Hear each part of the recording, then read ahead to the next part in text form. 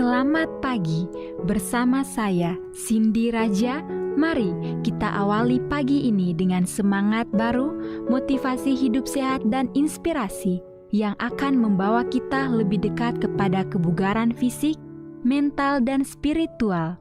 Perubahan kecil dalam hidup kita hari ini bisa menjadi langkah besar menuju umur panjang yang penuh kebahagiaan. Bersama kita akan merangkul kisah kemenangan, wawasan menarik, dan kekuatan harian yang berakar pada kebesaran Sang Pencipta.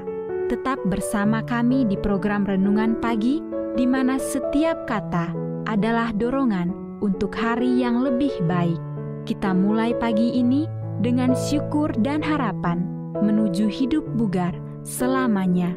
Ditulis oleh Kai Kusma bersama Pendeta Denny Kanajo. Selamat mendengarkan. Shalom, selamat pagi para pendengar yang diberkati oleh Tuhan dimanapun Anda berada saat ini.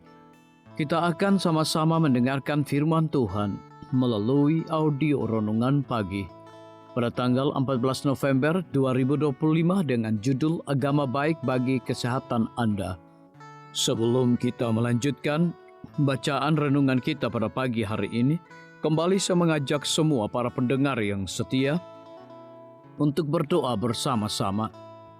Bapa kami yang bersemayam di dalam takhta kerajaan sorga, terpujilah nama-Mu ya Tuhan pada pagi hari ini. Sebelum kami melakukan segala aktivitas pelayanan dan pekerjaan kami sangat rindu sejenak untuk merenungkan firman Tuhan. Terima kasih Tuhan Yesus, ampuni kami Bapa, karena kami sudah berdoa hanya di dalam nama Tuhan Yesus, Juru Selamat kami. Amin. Ayat inti kita terambil di dalam Mazmur 84 ayat yang keempat, demikian firman Tuhan. Berbahagialah orang-orang yang diam di rumah-Mu, yang terus-menerus memuji-muji Engkau.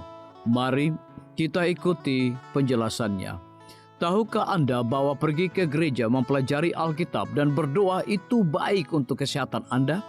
Pada tahun 1998, Dr. David Larson melaporkan bahwa mereka yang menghadiri kebaktian keagamaan seminggu sekali dan berdoa atau belajar Alkitab sekali sehari, 40% lebih kecil kemungkinan terkena tekanan darah tinggi daripada mereka yang tidak melakukannya. Studi lain menyatakan bahwa orang yang lanjut usia yang mengambil bagian dalam kegiatan gereja cenderung memiliki tekanan darah lebih rendah dibandingkan dengan anggota gereja yang kurang aktif. Para peneliti telah menemukan bahwa kunjungan rutin bulanan ke gereja meningkatkan kesehatan umum bagi yang lanjut usia. Peneliti lain menemukan bahwa orang dewasa yang menghadiri gereja setidaknya sekali seminggu cenderung memiliki tingkat interleukin 6 yang lebih tinggi, yaitu suatu protein sistem kekebalan tubuh yang terkait dengan penyakit yang berhubungan dengan usia. Lebih dari separuh subjek penelitian menghadiri gereja setidaknya sekali seminggu dan berdoa setidaknya sekali sehari. Sebagian besar 75% menonton televisi atau radio religius setidaknya sekali seminggu. American Journal of the Psychiater melaporkan bahwa psikiater yang memiliki kehidupan rohani yang aktif menganggap doa dan pembelajaran Alkitab sebagai pengobatan yang lebih efektif untuk banyak masalah mental daripada obat-obatan.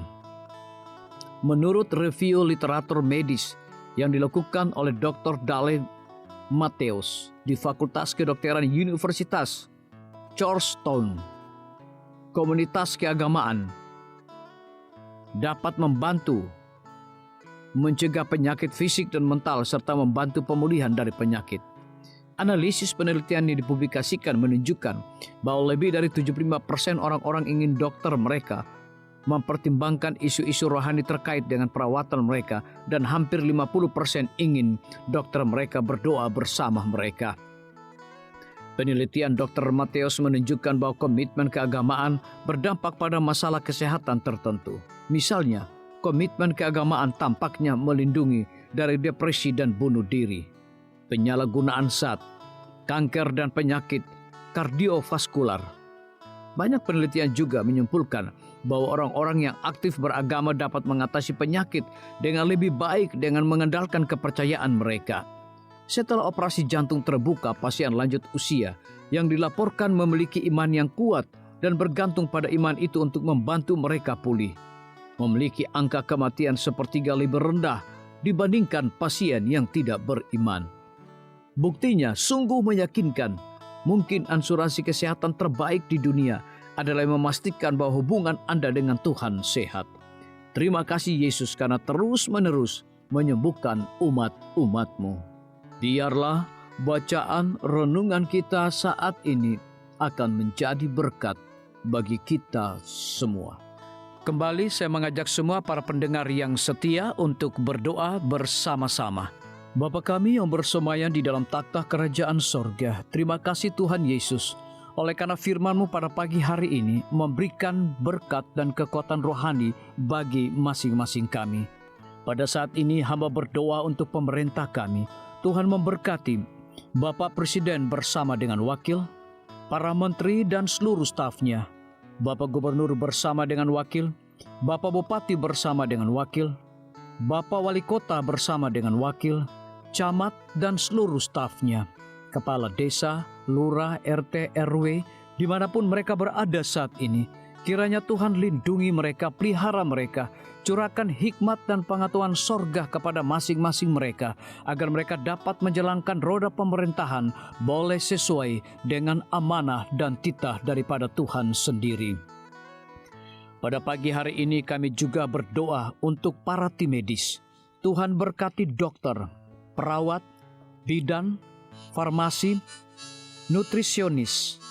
Kiranya hikmat dan pengetahuan sorga, roh dedikasi yang tinggi, roh kelemah lembutan Tuhan berikan kepada masing-masing mereka, agar mereka dapat memberikan pelayanan yang terbaik bagi setiap pasien yang membutuhkan pelayanan mereka setiap hari. Kami juga berdoa untuk guru-guru, kepala sekolah, siswa, mahasiswa, bahkan dosen di setiap lembaga pendidikan. Kiranya hikmat dan pengetahuan sorga Tuhan berikan kepada masing-masing mereka, agar mereka dapat mendidik setiap anak-anak untuk memiliki karakter Yesus Kristus. Hamba juga berdoa untuk TNI, Polri, PNS, wira swasta, petani, nelayan, ojek online dimanapun mereka berada. Kiranya berkat dan sukacita sorga Tuhan juga berikan kepada masing-masing mereka, agar mereka juga menjadi saluran berkat bagi sesama manusia. Para pendengar yang setia yang berulang tahun saat ini dimanapun mereka berada, biarlah dengan bertambahnya usia, mereka semakin hidup bersyukur dan berterima kasih kepada Tuhan setiap saat. Yang berada di dalam kebimbangan, ketidakpastian hidup, Tuhan berikan iman yang teguh dan pengharapan, agar mereka tetap percaya akan janji Tuhan setiap hari. Terima kasih Tuhan Yesus, dengarlah segala doa dan permohonan kami Bapa, dan mau mengampuni segala dosa kami, karena kami sudah berdoa hanya di dalam nama Tuhan Yesus, Juru Selamat kami. Amin. Demikian firman Tuhan yang telah kita dengarkan. Semoga hari ini menjadi berkat bagi kita semua. Sampai jumpa, Tuhan memberkati.